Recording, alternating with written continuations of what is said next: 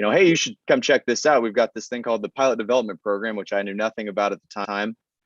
So I got involved with that. I interviewed and was selected. So I joined the pilot development program in January of 17. I am a pilot for the organization. I'm in this group called the PDP, or the pilot development program. And largely what that consists of early on is the piston aircraft. So what we operate for demo, customer training, and transportation. When I say demos, I mean sales. So we work with our regional sales directors across the country and the world, selling 172s, 182s, 206s, Bonanzas, and Barons. And that's the demo side of it. We have a ton of fun going to all sorts of airports, meeting all sorts of people wanting to see our airplanes, look at our airplanes, and fly our airplanes just to see what they're all about. So that's one portion of the role that we do with flight operations. Another portion of it is customer training. So on the backside of the sale, the customer comes in and they may or may not know a whole lot about their airplane. They may have never flown their airplane, or just flown it on the demo. So we get the opportunity to take them up on a series of usually 3 to 4 days, show them the airplane, get them comfortable with the controls, working the G1000 or the avionics suite in it, managing the engine, and just managing the airplane overall.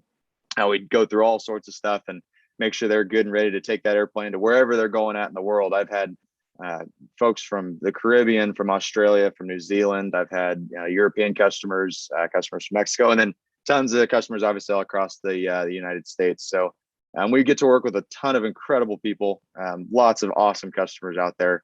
And I think that's probably one of the most rewarding things is being able to experience that customer interaction and a lot of the delivery process that we see. So, and the last side of it's transportation. We move airplanes all over the place, whether it's a 172 that needs to go to California, Bonanza that needs to get up to the East Coast, or wherever. We're moving airplanes all over the place. So that's kind of the third portion of what we do. Unlike a lot of operators, we fly an incredibly diverse fleet. From the 172 all the way up through the longitude. We fly, obviously a huge range of aircraft profiles and just different types of aircraft. We also operate international. I think that's one of the things that I didn't necessarily, I guess I realized early on in my career that, Cessna Beechcraft obviously are huge names throughout the world, but had being able to see it in person and get to experience how worldwide this organization is absolutely incredible. And then just the ability to fly a bunch of different airplanes and the latest, the greatest, the shiniest ones out there too. It's pretty awesome to be able to get into a brand new airplane on a pretty much a daily basis and get to fly those things all over the place and get to show them off. So the list of airplanes you see there, I won't read them out, but these are all the airplanes that I can be dispatched in on any given day. It's a lot. There's a lot of airplanes there. So it is a lot of studying, a lot of homework. We're constantly learning these airplanes inside and out and over again. But the list, I will slowly diminish on the piston side. I've been there for about 5 years now. So my piston flying starting to kind of tailor off and working into the turbine operations with the turboprops and the jets. So, but any of those I fly. I flew a 172 the other day, and I just got back last week from a caravan trip. So it really does range a lot with the role itself.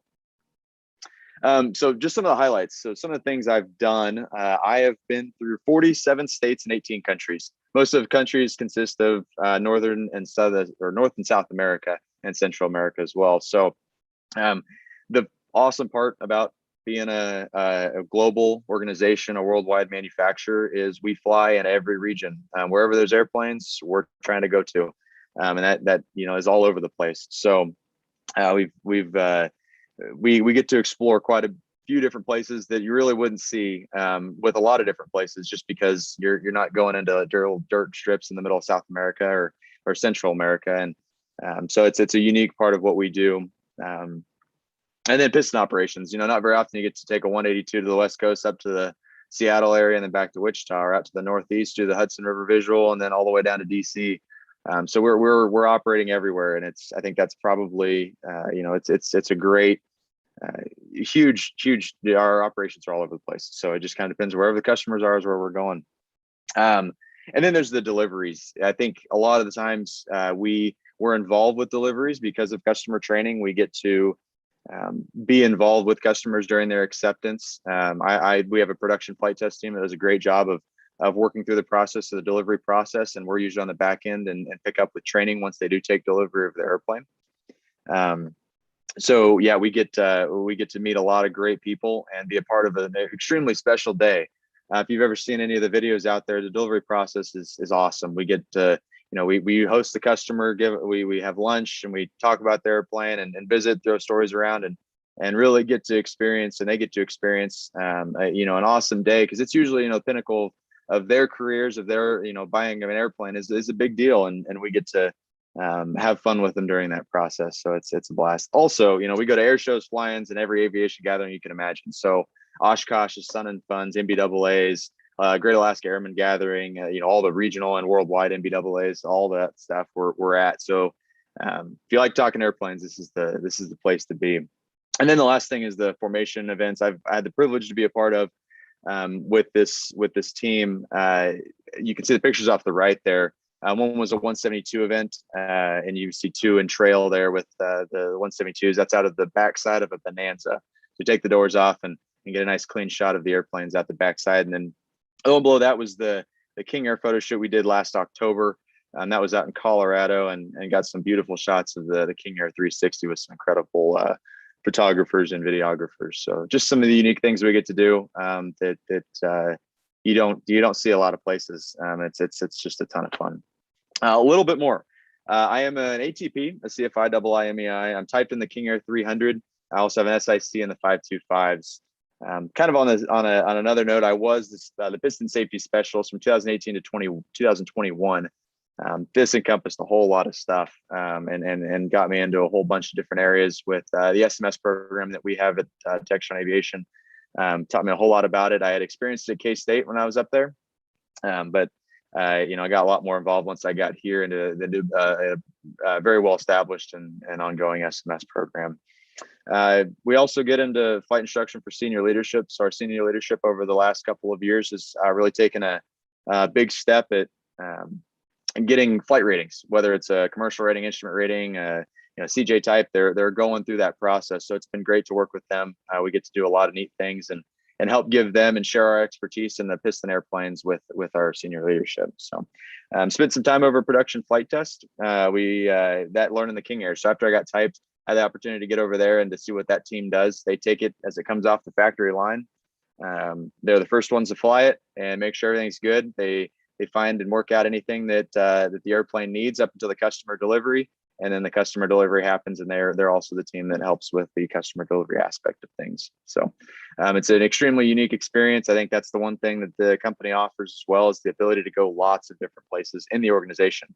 So we get a nice swath of a lot of things. We see production, flight tests, which is our manufacturing side of the house. We see our sales and marketing, obviously the flight operations aspect. So we get a lot of different cross sections of the business. All other things that we do, we go to APS, upset recovery training, do that in an extra 300. Just on the piston training front, we prepare ourselves for any scenario that we come in contact with. And that training is next to none. If you ever get an opportunity, do not turn that down.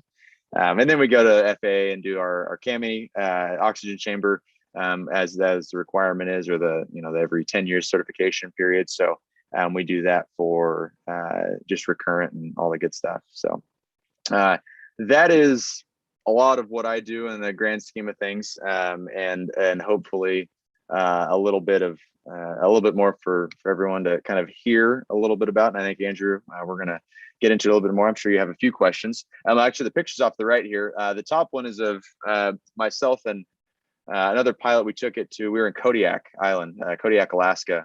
We had taken the Baron out there for the Great Alaska Airmen Gathering. And then the other one is in South America. We were in Buenos Aires, and actually I'm trying to flight plan. So filing a paper flight plan down in BA to do some customer demos down there is a ton of fun, but it takes a small group to flight plan. So it's all over the place. Those two destinations are like 8,300 miles apart. I was like, I gotta look just see how far apart they are, and it's fun to be able to go all different places with this organization and all sorts of airplanes too. So that's all I have as far as the just a brief introduction. So I'll stop sharing there, and there we go. Excellent, Austin. Thank you. Okay, so I've got to start out. I'm going to deviate right away because you Oh, mentioned Buenos Aires, and I've had the pleasure once to fly down there. Do you? I just want to, before I ask this question, this next question, you flew that plane all the way down there, or did you fly airline down there and then fly it around the region? that's a great question. So actually, there were two crews on that trip because it's such a long tour. It's about 6 weeks long. First crew does the first half. They took it down from Wichita. They did all of Brazil. So we obviously Brazil's massive. So they did all of Brazil, all the customer demos there, and we picked it up in Foz, way down south at the southern tip. It's right on the Argentina Brazilian border down there. I think Paraguay is also somewhere mixed into that. It's right on the border, a bunch of falls. But yeah, we actually did the second half of the tour, which is the rest of South America. So Argentina, Paraguay, Ecuador, Peru, Lima, Chile. So I mean, all sorts of things all over the place. I think the trip, we ended up taking it all the way back to Wichita, was like 75 hours total, if I remember correctly, something along those lines. But it was quite the venture. Yeah, that is one of that's one of my most memorable flights too. I only had the chance to do it once. Of course, it was 10 and a half hours by jet, but the most memorable part for me, and I'm sure you had to deal with it at some point, was dealing with the controllers down in South America, some of which their technology is so old, right, that it sounds like they're yelling into a tin can that's being like it's being just like, I don't know, beamed into your airplane by sonic wave. It's not even electronic. It doesn't sound right at all. So Yeah. going through all of that, experiencing all of these different places, some of which you could literally fly across the border and they've got technology that was from the 80s and some from the 60s, and then some is more advanced than the United States, it seems. How did talk to us about how you went about, how you guys would go about prepping for something like that? That just sounds like an incredible amount of work. It is. It is a ton of work. We've got an incredible dispatch team. I can tell you that much. We wouldn't be anywhere if we didn't have our dispatch team that helps us with a lot of the preparations.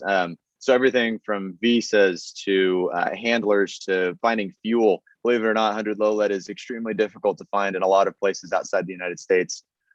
So yeah, we usually, we'll learn about the trip, and it's probably anywhere from a month to 2 months out. We start learning about it, and things start happening. Everything's coordinated around customers for us. So we're taking an airplane down there for folks to see. We want everyone to see it. We want people to fly it, and we want people to experience it. That's what we're here for. And that's our goal, is we want airplanes going to all these different countries all over the world. So we largely build our schedule, and our sales directors do an awesome job of building that schedule around the customers. And we basically get the plan from them. And then we take that plan and say, okay, logistically, how are we going to do this? How are we going to execute it? And it varies across all the regions. My first international tour, I was amazed at how much or how little I knew of how just in piston operations, it especially internationally, there's a whole lot going on with it. So lots of reading. Jet manuals are amazing. There's a lot of information in those guys, and every country has their own jet manual for the most part.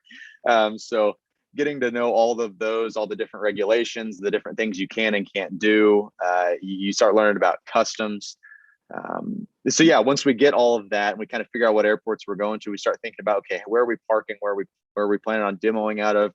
A lot of places we have handlers, obviously, that help us with clearing customs and immigration, and just making sure that we can get into the country, and then also do demos in the country, because that's a whole nother thing. We're taking up local citizens on demo flights, which usually has to be cleared in some capacity, with different countries operate on different rules. So it just becomes a whole different thing. And believe it or not, filing flight plans isn't just for flight and send. It's a little bit more complicated. So when we get there, it usually is working with our handler. We have Universal, or UAS is who we use as a dispatch service once we're international, and it gets into a whole bunch of different things on flight planning. How do we run the demos, and just making sure that we've got that all coordinated, and make it as easy as possible on us, because we are having to make sure our customers are getting the best experience possible. So it's a whole, I would say it's stressful in the moment.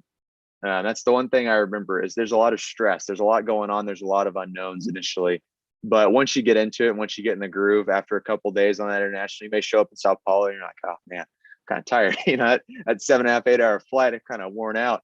Then you have another, hour long flight to Foz just to get to the airplane. And by the second or third day, you get in the routine and you're ready to go, and you're with the sales director and you're pumped and ready to show off some cool airplanes in some just amazing spots. If you've never been down to Foz, or if you've ever heard of Foz, it's way down the southern tip of Brazil, and it's just these falls. It's just incredible. I wish I had pictures. I could show you pictures all day long, but now we get bored with that real quick. But it's just amazing, all the places that we see across the world. It's pretty amazing. So hopefully that answers your question. I guess there's a lot of preparation. I don't know if I could go. We have a checklist that is extremely helpful. Well, no, you mentioned some great things, that the JEPs are amazingly helpful. There's some institutional knowledge that I think everybody, airlines, corporate, no matter where you are, they try to distill down into the fine bullet points, because those JEP manuals, I mean, if everybody listening thinks the FAR AIM is rough to read through, those JEP manuals can be real dry. But yeah, that's a good point that you hit on, is those JEPs got a lot of stuff, and hopefully UAS also helped you guys kind of distill some of that down into manageable bites, because it's a lot, and everybody's different. So it's a lot to handle. So that's awesome. Absolutely. That's a great experience. I'm sorry, I totally deviated from the plan once I heard you went down that far south. So I had to jump in there. For everybody else that's watching and joining us, apologize that the stream got started a touch late. You can go back. The whole thing will be posted on YouTube after this, and hopefully that'll help fill in the blanks. But for all of you who are joining us or watching at home, again, NIFA speaker series at NIFA.aero. If you have a question for Austin while we're doing this, I'm watching that, and I'm watching YouTube to see if there's any questions that you guys had in the chat. So with that, we'll go back and I guess some of the more main questions. You did kind of answer one of my first ones, which was an overview of your training, which you did a great job with. Unfortunately, that was probably the slide that they missed at the very beginning. So I guess I can go ahead and I guess I can ask you that right now. It's just a really brief overview of your training, and then what steps you took early on in your training that helped you land this role at Textron. Yeah. So, I would say I'm probably pretty traditional in some ways. So I started flying in Wichita, Kansas back in 2010. I was in high school at the time, and I had a very unique opportunity to be able to get involved. My first flight actually was with the Young Eagles program when I was probably 13 or 14. And that's what got me into it. That's where the bug officially had latched on and said, all right, Austin, you're going into aviation, whether you like it or not. And it's been an awesome ride ever since, obviously. But I worked on my private pilot's license and rating up through high school. I got that. Went into K-State with about 100 hours, somewhere in that region. I obviously knew everything. After joining K-State, I started right in with my instrument rating after a brief stint of working through. They had to do all the qualification for the private pilot. And I started with instrument, and the path goes at K-State. It was instrument, single commercial, multi-engine commercial, or CFI, and then double I, and then you're off to whatever you're on to next. So what I would encourage anyone who's in flight school, in flight training, anyone who's even considering maybe a future in any different areas, explore different areas. I think social media has done an awesome job about enlightening all the different areas of aviation that are out there. I went in thinking I'm going to be an airline pilot, and that was the only track that I had kind of known at the time. And I have a lot of friends who are airline pilots, and I think it's an awesome role. It looks like a ton of fun. They could do a lot of cool stuff. And I think it's awesome, but I had no idea what else was out there. I think it kind of, in some ways, you get focused on something, and it's easy to forget what else is out there. So that's one thing I suggest is try to, find something that's your fit. And I think, as you go up through ratings, you'll find it, you'll figure it out. I think that's the fun part of it. Is figuring out what exactly you like. I learned early on, I love talking airplanes. That's what NIFA is great for. If you like talking airplanes, go spend a week with everyone at NIFA, and you'll enjoy a lot of airplane talk.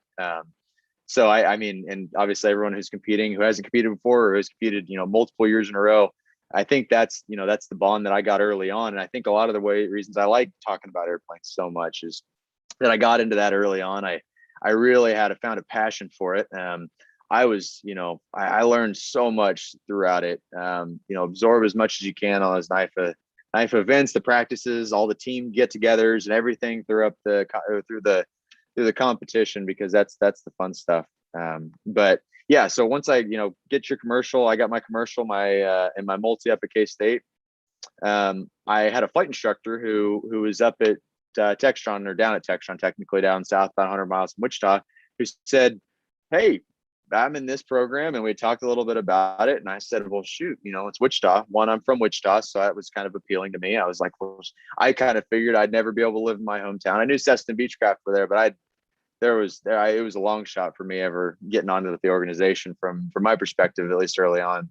I thought those guys were, and they are. We have some awesome, incredibly senior pilots. I figured there was no way they were pulling some guy out of flight school to go fly airplanes for them. But yeah, so we got to talking, and I said, "Well, shoot, that sounds awesome. Like, I would love to sign me up." And I had really no idea what it was at the time.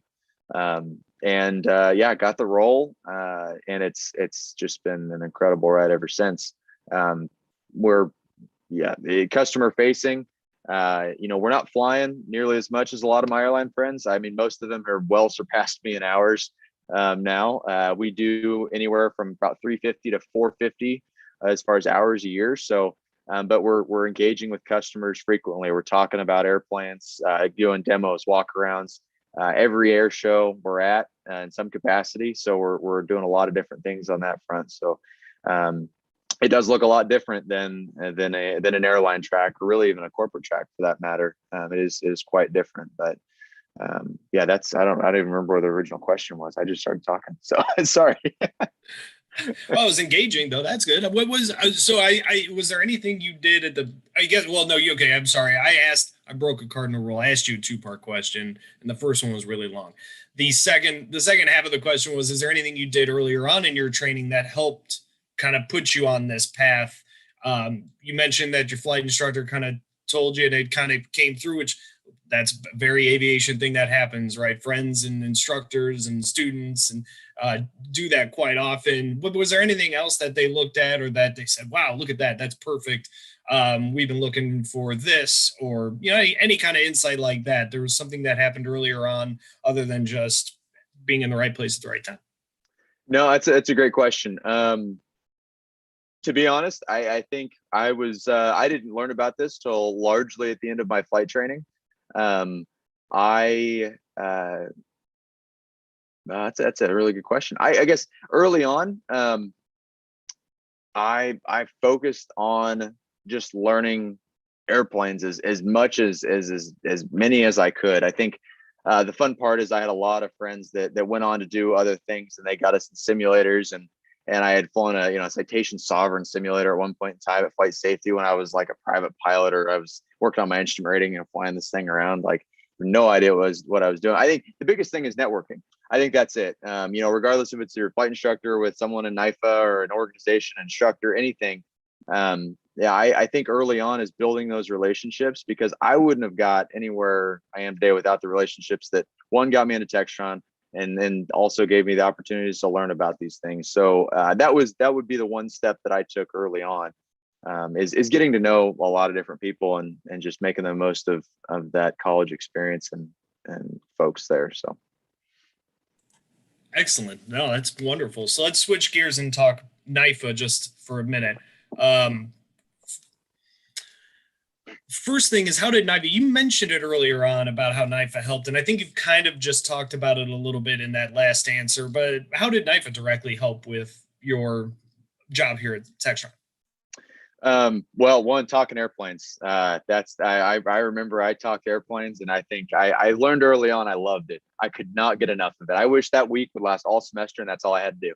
If I had to show up every day and compete, as stressful and as agonizing as some of those events are, I'm sorry, E6B, I love it, but as painful as some of those are, I would do that all day, every day. And I think that's one thing that I definitely learned early on, that through NIFA especially, is I just love airplanes, and talking about them, learning about them, whether it's E6B or scan or aircraft rec, which I'm terrible at. I think still, even I remember walking in, and one of my first flight team, we have the first flight team gatherings, and they start going through slides on aircraft rec. and it was our first day. I think we just kind of pulled something up just to see what people knew. I was like, I am in the wrong spot here. I should not be anywhere close to this, because I didn't know a single airplane they put up on the screen. Come to find out, I started to learn really quickly. It just takes a little bit of time, but that was one thing. I was terrified for it at the beginning. I was like, oh man, I'm never gonna. There's so many airplanes out there, never gonna learn any of them. It's amazing what airliners.net. If you just scroll through those guys, you'll do great. But yeah, I mean, team building. I learned a ton about working with a team. We, early on, I joined joined the team and got to know all the guys, and it was awesome, incredibly welcoming, and just a fun group to work with. We had a lot of seniors graduate and a lot of new folks come in. I learned a lot about building a team, about working together as a team. While a lot of these events, some of them are collaborative, you work as a couple, CRM or the navigation event. A lot of them are individual too, but you learn to work together to make the most of it, because obviously you want as many points for the team as possible at the end of the day. But you learn a ton about how you work together and how a group can really work together to succeed in a lot of different ways. So yeah, there's just so many things. And then, from the professionalism standpoint, I really love getting, deeper into everything. I think that's what NIFA really introduces you to. Is there's E6B, and you learn E6B as a private pilot. You learn scan navigating as a private pilot, but there's that next level. There's that next level of, I can learn this to just the nth degree and know exactly where I'm supposed to be. I saw guys plan that navigation event down to the second or the tenths of a second, the 2 or 3 seconds. And it's just like, that right there is awesome. So striving to be just the absolute best, get that last inch out of that short field landing or that power off landing. I think that's what I learned is I have a very competitive nature. So NIFA was, it was great. It fed my aviation and my competitive side. So I think there's a lot of things that just NIFA overall did for me. I'm incredibly thankful for all the guys that have competed with me in the past. If you happen to be watching, there's a lot of folks that were very influential for me on the team, both before and after. So I could go on all day about all the stuff it did for me. That's funny. I thought I pegged you when you started talking. I pegged you for an aircraft wreck guy, so I'm wrong. I guess that's not the case. No, my event was E6B. I could teach E6B. Now I don't anymore. It might take me a little bit, but yeah, I could do E6B all day long. Aircraft wreck. I could get a 737, a 747, or Challenger 600. I could get all those.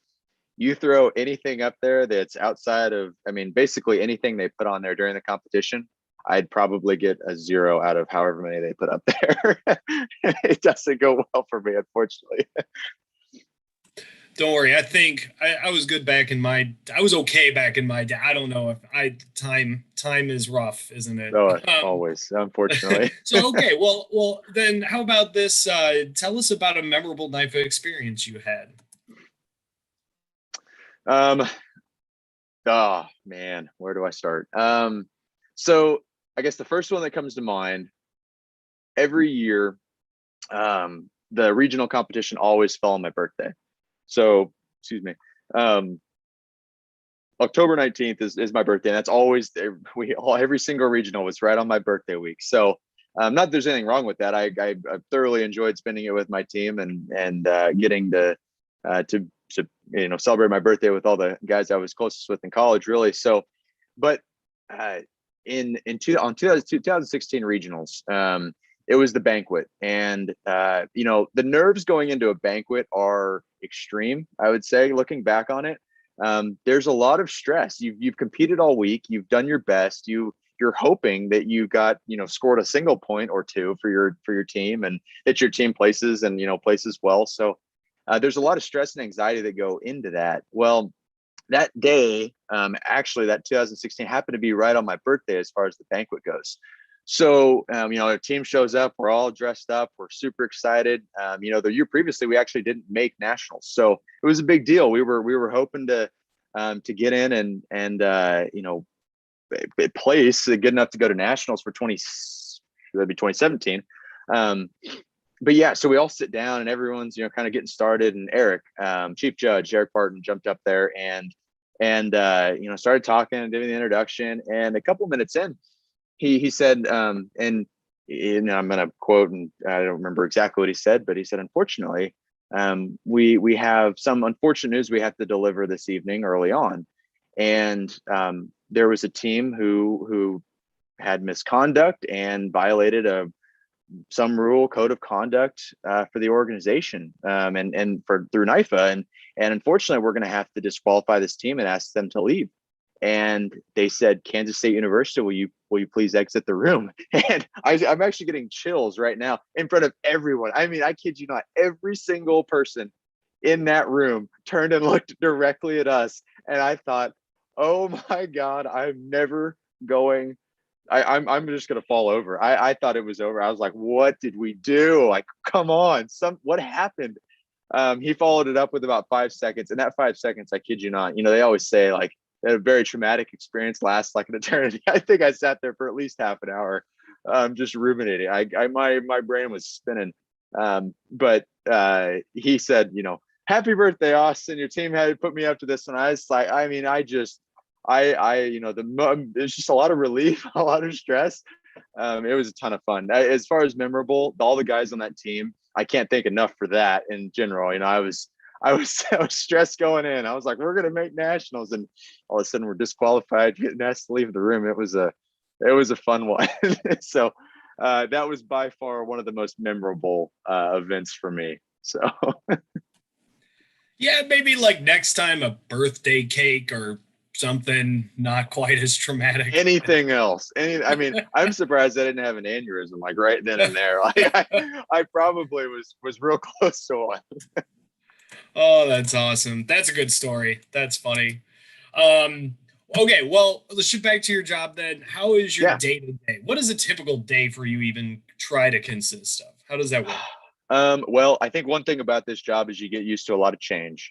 We do deal with a lot of customers, and our schedule is rapidly changing. If you want your schedule a month out, that is not what we do, unfortunately. So we learn about our schedule a couple days in advance usually. So I'd say on a flying day, whether I'm going to fly a piston airplane or a jet or a turboprop or whatever, we'll get the brief. We show up, we'll stock the airplane, get it looking nice and pretty. We have a great appearance group that dresses our airplanes to get them looking all brand new. They are brand new, but we clean them up obviously after each customer comes through, and anything goes out flying. So show up, we get the airplane ready, and we blast off on whatever mission that be. We could be taking internal folks down to Tampa for a visit, for a service center visit. We could be heading out to pick a city and demoing a customer for the airplane. And it's kind of anyone's guess as far as what we're actually doing on that flight. But when we show up, we're prepping to get ready for a customer. So we're making sure the airplane's all ship shape and looking great. We get the avionics fired up for them so they can jump in there and see it. A lot of our airplanes, especially the ones I'm flying, are our owner operators, our guys and gals wanting to fly their own airplane. So we get the avionics going and get ready for them to show up, and then the demo. So we do a walk around with them, kind of explain the big hits around the airplane.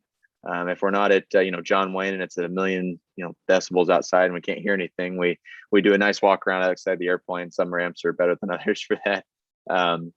But yeah, then we jump in the airplane and we get to take them on a flight. Usually our flights last anywhere from 45 minutes to an hour. Sometimes we take them from A to B. It just kind of depends on the trip. And we get to show them the airplane, show them why it's great, why it fits their mission. All the neat stuff the airplanes have them in it anymore. The Garmin 1000, G1000 NXI, the G3000 are incredible platforms. Proline Fusion and the King Airs are just amazing. You could sit there and talk for hours on that. So we get to show them a lot of cool stuff, and that's largely what a demo would consist of. And then there's the days where you may not be flying.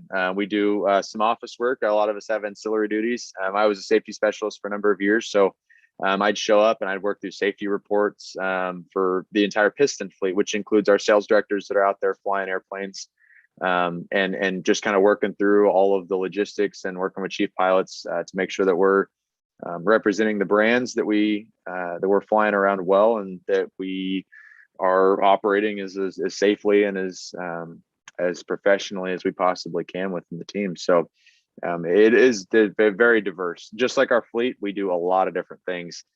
So a day to day, and it's probably great for me. The repetition, I don't do as well with. I'm good with changes. I can do a lot of stuff, and I like changing it up frequently. And that's one thing that we are very in tune with. There's kind of a joke we always say that, you don't really know where you're going or what your schedule is going to look like till the day you show up. So, and that's just the way it works, which is it throws a nice little curveball for fun in there. So that's what a day to day is, somewhat at least. That's good. What this is kind of a weird. Well, I'm going to say this: you can't answer with Buenos Aires and your South America flight. But do you have a particularly memorable flight? Just a customer, obviously no names, but customer experience, something you did on one of these flights that stands out to you. Yeah. So I've got good one. I've got one that probably doesn't necessarily fall in the customer experience. We were, but it does go into memorable. We were in a King Air 260. It was actually fairly recent. It was back in probably July, beginning of July, down in Central America. And our goal was to get from Ecuador, which is in South America, northern South America, to Honduras and Tegucigalpa. I don't know if you've ever been to Tegucigalpa. It's pretty awesome. It's, it kind of falls on the list of pretty sweet mountain airports that are tucked into a bowl that, are dangerous. You're curving around mountainsides and stuff. For King Air, it's not incredibly challenging, but it obviously imposes significant risk to larger airplanes and just risk in general, because you're operating in a bowl that has mountains all around it and usually low weather and all the fun stuff thrown into it. We were in Costa Rica. We'd stopped there for just a tech stop to get some fuel, and we're heading up to Tegucigalpa. We're going to let some weather clear. It was not bad weather. Tegucigalpa's minimums are high, just because the way the airport's built and the minute the airport approaches that they have in there, they don't have an ILS down to 200 feet because you go right through a mountain. So it doesn't really work out very well there. So your minimums are very high, but there was some rain showers, some clouds in the area, and it was forecasted to lift. It was the end of a long day for us. We were coming up on sunset, which is about 6 p.m. around the equator there, north of the equator. So yeah, 6 p.m. was sunset. We were planning to be there. It's like 6:30 actually, and we were planning to be there on 6. So plenty of light. A night circling approach to Mountainous Airport is not approved for our operations for a lot of good reasons. So we were obviously trying to limit that potential.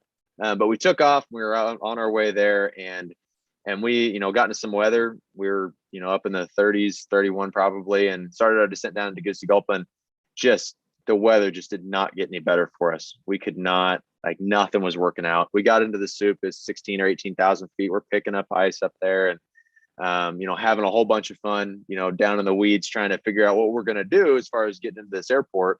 And if you haven't ever operated internationally, one thing you'll learn is that there's a plan.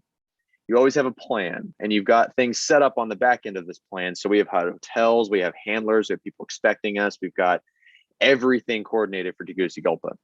We had our alternate. However, that alternate doesn't necessarily have a handler sitting there ready for you on call, because the odds of you needing it are usually pretty slim.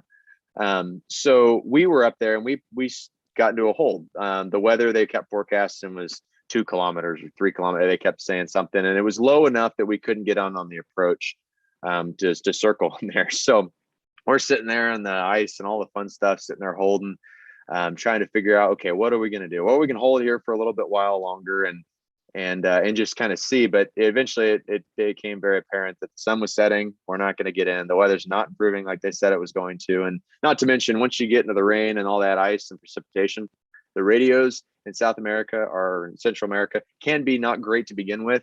You add all that stuff and the static buildup on the airplanes, all that. It just, you talk about tin can. It's like a tin can from 100 yards away, and they're screaming into this tin can. So it's very difficult to understand the controllers, and not to mention the accents and everything else that plays into it, because obviously they're not, native English speakers, at least most aren't. So we're sitting there, and we probably held for 3 or 4 holds. And we decided to call it off. Okay, we're going to go over to our alternate, and we decided to divert. And on this diversion, we're headed that direction, and there's just this enormous cell got right off the end of this airport that we're diverting to. And this is our planned diversion. And we're like, oh, and we knew about it in advance. Like we knew that there was weather out there. It's Central America. So there's weather everywhere at all points of the day. And you're just, constantly fighting it. So thank God for a great radar on the airplane.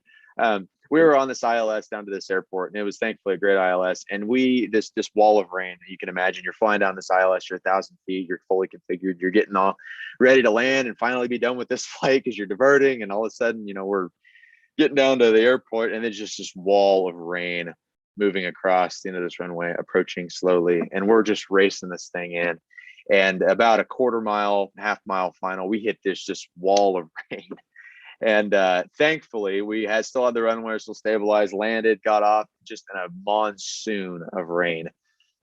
Worked out well, other than the fact that whenever you divert in a foreign country, you don't have any support on your diversion usually. So we didn't have handlers, we didn't have immigration, we didn't have customs, we didn't have anyone there to meet us. It was about a 2.5-hour process at 7:30 at that point in time at night to get through the FBO, or the FBO, I say loosely, is just the transition from the ramp to the outside world. And it was amazing. I mean, just as far as a diversion in a foreign country, think about a diversion in the United States. If you're going out to Colorado and you go from Denver, like, oh, I need to divert to Colorado Springs. Okay, well, you're going to show up Colorado Springs, and there's probably going to be someone at Colorado Aviation to greet you and all that fun stuff. But internationally, it's a whole nother ballgame. So as far as memorable, that one, they were asking us whenever we showed up, for our yellow fever vaccine cards, for our COVID vaccine cards, they wanted every document that we had on us. Thankfully, we were prepared. Our dispatch team did a great job of coordinating and getting people there, but it was incredible. So that's a long-winded version of my most memorable flight, recently at least. No, that's a wonderful story. And it really does speak to, as you mentioned right there at the end, the pre-flight planning portion of it, your briefing, you showed like all of them, CRM, you had, instrument knowledge, you had everything. You needed to use all of your skills that you'd acquired to handle that flight. So it reminded me, I look back on it and I'm thinking, that is like the CRM flight from competition. I mean, that's exactly it. And it packed everything that you could possibly imagine into one little event. It's like, oh, holy cow. When you landed, you got out of the airplane, you're like, whew, sweat and sweat. Mm-hmm. Even though there's air conditioning, but still. Yeah, there's no amount of air conditionings on some of those flights.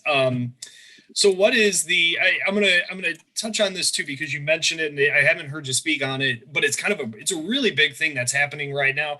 Corporate aviation adopted it early on. The airlines were kind of forced into mandated to do it, but your upset training, you went to APS, ADS, which one did you go to? APS, yeah, Advanced Performance Solutions, I believe is what the acronym stands for. Yep. Yeah, so that's making a lot of waves in the corporate world because that's been sort of pushed to help combat upset and loss of control incidents and accidents in the corporate world. And the airlines have kind of started to adopt it. We had to adopt it, of course, for a regulation, but yeah. There's pretty much nothing that ever compares to being able to train in the actual aircraft. So how was that experience to go through upset and go through that training with APS? Incredible. They have got a fantastic, just an incredible group of instructors that range from military to civilian experience, that have flown everything from F-16s, every fighter jet and bomber or whatever you can imagine. They've done it all. I'm sitting here looking at my upset recovery graduate patch that I have on my map of the places I've been. And I can't speak to how just great the training is in general from a professional pilot standpoint. If you ever get an opportunity, like I said before, do not turn that down ever. I think it was 3 days long, 3 or 4 days long, might have been a week. But you have the opportunity to learn ground school. And those instructors there, they do just the most awesome, an incredible job of tailoring the experience for your operations. So a lot of the reason we send our instructors there is because of the multi-engine instruction that we do. There's inherent risk and stuff that goes into multi-engine airplanes, and especially piston-powered multi-engine airplanes, as safe and as awesome as they are. There's always this scenario where you can be in an upset, and it goes for single-engine piston for large jets as well. I mean, you can get into wide range of upset recovery incidents, but they tailor it to you. I think it was awesome to be able to talk through that. There was another gentleman in my class. He was flying a Challenger. I think it was a 600 series Challenger. And we worked through everything from the deep stalls up in flight levels to what happens if, you get into that upset recovery, and how to recover from it. They've got just a course that would blow your socks off as far as just instructional. And then, that's the ground school. And I'm talking a lot about ground school, which most people are like, ground school, that's not, let's get to the airplane. The airplane is like, you talk about blowing your socks off. It's amazing. The extra 300 is so much fun. They work through this incredible regime that they've got. I did it in Dallas in August. Still a wonderful experience. The airplane obviously has no air conditioning. It's got the, whatever scoop is on the side. You're sitting in a greenhouse essentially. So you get used to getting nice and toasty, but once you get in the air, it is just so much fun. They work you through spin recovery, upset recovery, and different attitudes. Everything from IFR recoveries to what happens if you get into a deep spin, or what happens. And there's one day where you go up and you do spins, but you work through. Okay, what happens if I do this control input during a spin? Does it increase the roll rate? Does it tighten it up? Does it loosen it up? There's all these different things that you can do with the extra. I think it's got like a 10.0 G rating and -5, or it's something crazy. You can do whatever you want in that airplane, and it's just absolutely incredible. So the experience overall is amazing. From a professional pilot standpoint, you learn a ton. And I think it makes me a safer, more aware pilot as well, for situations that come up, because they've got a great acronym that they work through, and just tons of good stuff that you learn throughout the week. So awesome training.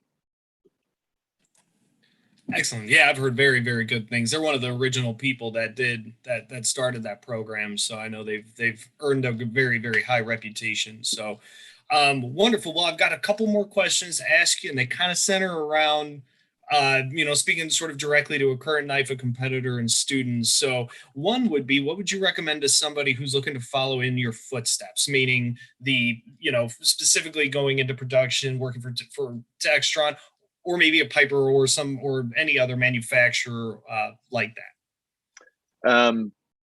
There's lots of different avenues. And I think if there's one thing I've learned in this organization is that there is a background like you'd never believe on the pilots that we have for organization. We've got airline background, we have military background, we have corporate aviation, a lot of corporate aviation background. We've got other OEM background.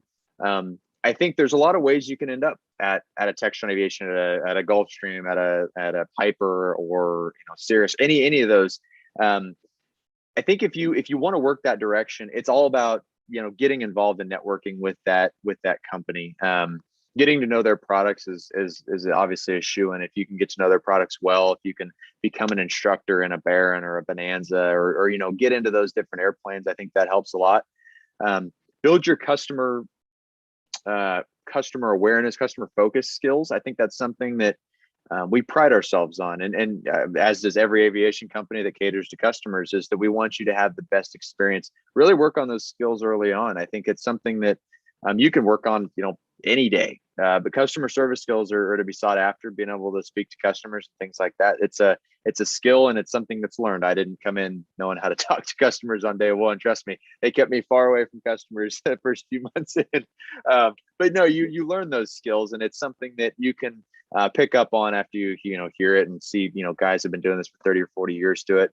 It make it look like a piece of cake, but if you're passionate about this, I'm always happy to talk about airplanes. You're more than welcome to reach out to me anytime. I think we can get my contact information for any of the folks out there that are watching. I'm always happy to talk through and kind of help you through what that looks like. But another big thing is instructional skills. So what we look for in candidates, and we're basically, and we're always looking for candidates to join the pilot development program. 500 hours total time, 200 hours dual given, a single engine, multi-engine commercial, and then a CFI and double I, if I didn't already say that. So that's the requirements essentially. And that would get you into the application pool of candidates that we look at on a yearly and quarterly basis for upcoming and new hires. Those requirements, I would say the big portion of that is the instructional background. We really like instructors to have a good foundation because that's a lot of what we do. Demo flights are really no different than a discovery flight for folks and to see the airplane. It's a lot different than training, but it is a discovery flight for every single customer that comes through. So having that instructional background, understanding how to fly, anything from the right seat, and having that experience and just being able to logically work your way through things is extremely beneficial. So if you're thinking, I don't know if I'm going to go get my CFI, but you want to do this role, I'd highly suggest. I think you learn so much doing your CFI. There's a lot of different avenues that you can take. A lot of people don't get their flight instructor rating, but for this role specifically, I usually it comes in handy very much so. Excellent. Well, that actually answered the second question, and I am going to ask a YouTube question that came in. So I lied. There's going to be, I guess there is going to be 3, but all right, and I don't know this. I'm just going to ask it the way that it was asked: is what time zone do you use when you fly? What time zone do I use when I fly? Well, once we get into the different time zones that we operate in, whether it's Central, South, or whether we're in the East Coast, West Coast, down in South America, over in Europe, over in Singapore or something. We use the local time zone. When we're flying the airplanes, we actually always have our clock set to Zulu. So all of our aircraft stuff is all logged. All of our flight logs are done in Zulu time. When we're traveling between time zones, it makes it that much easier whenever you're having to convert from local to Zulu. It's just one less thing that I have to think about. So yeah, we do a lot of Zulu once we get into like the logging of different things as far as start and stop times and stuff like that. But for customer coordination, it's always their local time, and that's the easiest way to make sure that they show up whenever you need them to show up. So excellent. Yeah, good answer, and good. Actually, yeah, that's a good question, because I think we tend to underestimate the value of Zulu time when we go through training, and then you actually start flying, different places. You're like, oh, this actually is pretty helpful, so that I don't have to think about. Yeah, extremely. So, all right, last question we got for you, and then we'll wrap up. What piece of advice would you give to somebody who's just getting their certificates right now? So it doesn't necessarily have to cover, following in your footsteps, but just a general piece of advice. Stick with it. A lot of people, I haven't told this to many folks before, but about my second year, I was working through my single-inch commercial. I struggled. I hit a lull. And it's that commercial phase where you're just having to build cross-country time on cross-country time on cross-country time. And I almost actually dropped out of the program. I was this close. I was that close to dropping out. I had every intention of moving back to Wichita and finding something else to do. But if there's one thing I've learned, stick with it. It's aviation. It's going to have its ups. It's going to have its downs. Obviously, if you've been anywhere in the industry in the last year, you've seen it, and you've seen the giant uptick and everything that's happening right now. So the best thing I can say is stick with it. If you've got a passion for it and you love it, regardless of what it is, if it's airlines, if it's corporate, if it's going to fly the bush in Alaska or over in Indonesia somewhere, go for it. Get to know those people that are doing it now, because they are your greatest resource. If you're ever interested in something, just ask. I think everyone in aviation, it's such a small industry. There's so many people that want to help out anyone. I love it when I get emails from folks I've met at air shows saying, hey, I just got my CFI. I'm really thinking about it. I met you a couple years back or a year ago at Oshkosh. What are you guys still hiring? And I love having those conversations. So, and you'll find tons and tons of people would love to help you out. So if you're getting ratings, you're struggling with something, you just don't know if it's for you, talk to someone. That's the biggest thing I can say is use those resources. There's lots of people out there that want to help you out and follow that passion. If you got it, that'll take you all the way through. That is amazing advice. Thank you for that. Thank you very much, Austin. Is there any last parting words you have for us? No, I don't. I appreciate you having me on. I wish all of the folks that are coming up, it's August, so school is just starting, I guess. So for all those flight teams getting together, good luck. Have a great year. I think I'll be up in, I don't know where our region's competition is this year, but I'm going to do my best to try to make it to judge. I finally am going to take some work off. Hopefully I can manage to work the schedule out, but have fun, enjoy it, make the most of it. And, come in first. That's the goal, right? That's right. That's awesome. Everybody, on that note, we are starting to populate these dates and times for regionals as we get confirmed. Obviously, Delta is doing a little bit, or COVID strain Delta is making schools kind of kind of hem and haw right now, but we're getting, as we get confirmations and stuff, it is populating on the NIFA.aero website. Of course, keep up with your own schools. Again, thank you, Austin. Thank you, Taylor, who was on at the beginning, which I'm not sure anybody actually saw. And Adam, of course, in the background, making sure that everything runs smoothly. So thank you, everybody. Patty and Julia will be with us next month, and we will have more information hopefully in the coming days on that. Austin, enjoy your evening. Everybody else, go enjoy your evening, and we'll see you next month. All right. Sounds great. Thanks.